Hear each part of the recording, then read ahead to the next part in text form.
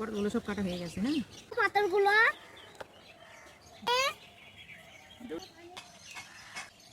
মাছটা দিলে আমি ঠকলাম কি জানি না, নরম নরম লাগবে।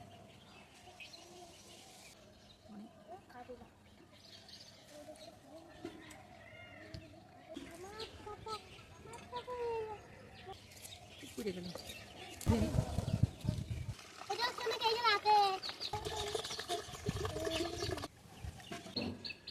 হলুদের গুঁড়া, লবণ, শুকনা মরিচের গুঁড়া। এবার পানি দিয়ে দিব। আগে মা দাদিরা যেভাবে রান্না করতো সেভাবে রান্না করবো, আউজিয়ে নিব। আগে দেবো সামান্য, দেবো হলুদের গুঁড়া। ভালো করে কষিয়ে নিতে হবে, পটল আর আলু ভালো করে কষিয়ে নিতে হবে।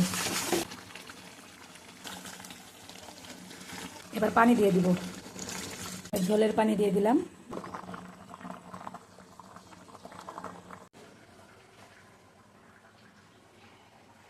তরকারি হয়ে গেছে।